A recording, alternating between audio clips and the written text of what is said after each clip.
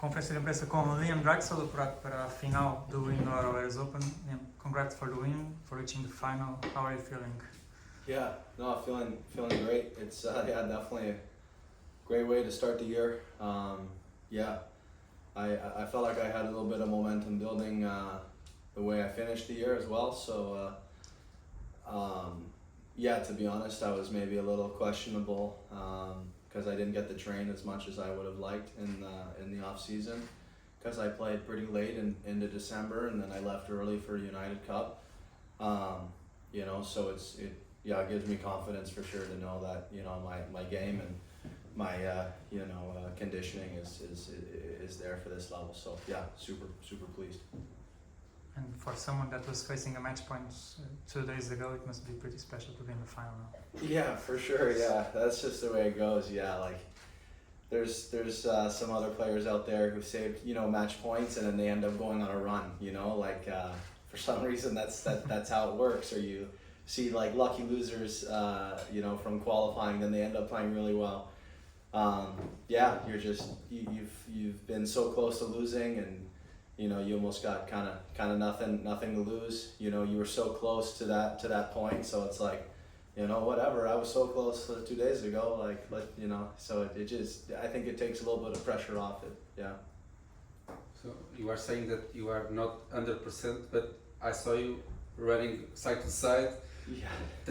Putting so much balls back to the other side of the court. So how do you do that? Because I'm just tired watching you. Yeah. No, it's tiring for me too, man. But yeah, I mean, the weeks I've been training pretty hard. So yeah, definitely it comes from hard work in the training weeks. So yeah.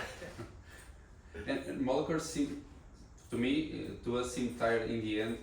I remember a couple of days ago, Vicente Ruggeri was cramping. So, do you think it's coincidence or it's that you to make your opponents feel that way?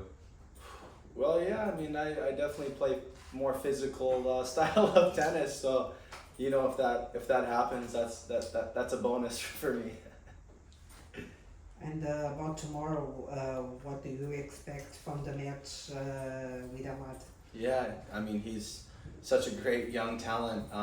He just finaled an ATP tournament last year in Belgrade, so he's playing some tremendous tennis, and he has so much power, and he's got a really bright future. So I'm honestly just looking forward to the match. I know he's gonna play really well, and I know I'm gonna have to play super well to have a chance to win. So it's a real fun challenge to have, and I'm just looking forward to giving it my all.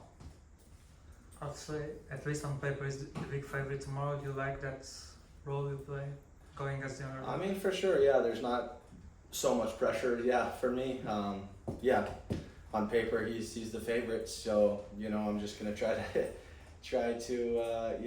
do my best to see what I can do. And at least from the matchup perspective, I would say it's more powerful. But do you like that kind of role when you are more on the counter side? Yeah. I mean, for sure. Yeah, I definitely like playing some defense, but I know that he has big weapons, and I'm gonna have to pick my points to play my offense, or try to make him play some defense as well. So I don't think I can play all defenses. He hits the ball too big. You mentioned in the beginning, if I heard correctly, you mentioned United Cup. Yeah. Were you in Australia? Yeah, I was. Yeah. Oh, I didn't know that. Yeah, I was. Yeah, that was a really cool experience. Yeah, I enjoyed it. Yeah. Oh, was the time zone change for you coming to Portugal?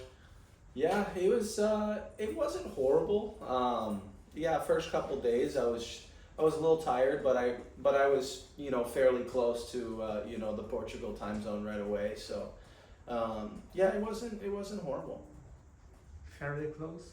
What's on that? the other side of the world, and it's fairly close. Yeah, I know. Yeah, the travel was tough. It's long flights. Everything's so far from Australia. So a lot of hours. Like it's gonna be the first month, and I've gone to Florida, to Australia, to Europe, back to Florida. So I've already done a full loop, in 1 month. from the TV perspective, it seems like a great tournament.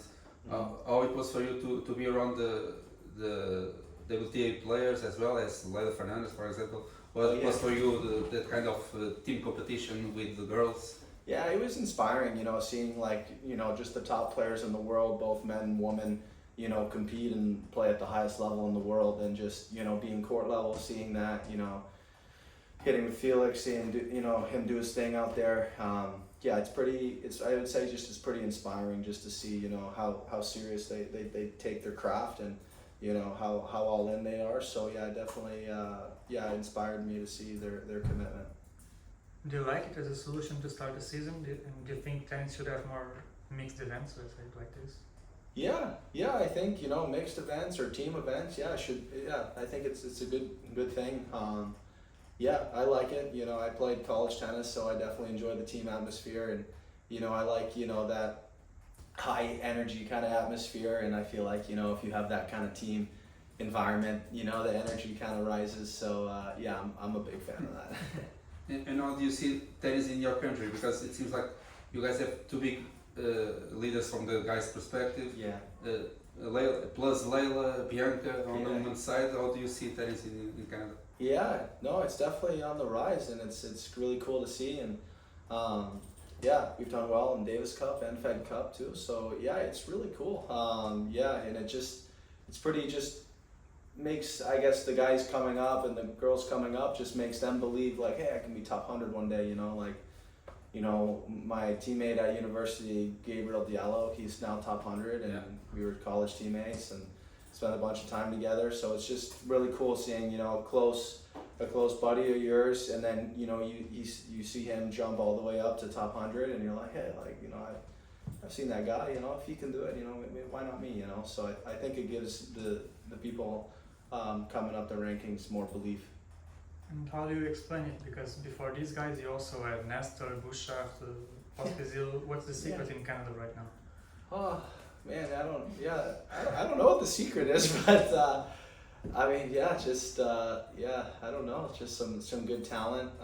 And they just work hard, and they're able to get there. But I think tennis in Canada has gotten a lot more popular. There's a lot more, you know, courts, a lot more players to play with. So it's just like the level's getting stronger, and it's just there's getting a little more buzz about tennis, I think, you know, rather than, you know, a couple decades ago.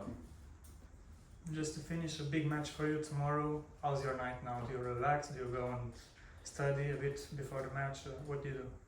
Yeah, I'm just gonna rest up, honestly. Just rest. You know, just try to recover. You know, the best I can, and you really just have to kind of stay locked in and keep at your routine, and you know, just do what you have to do to bring your best. Thank you so much. Thank you so much. Yeah.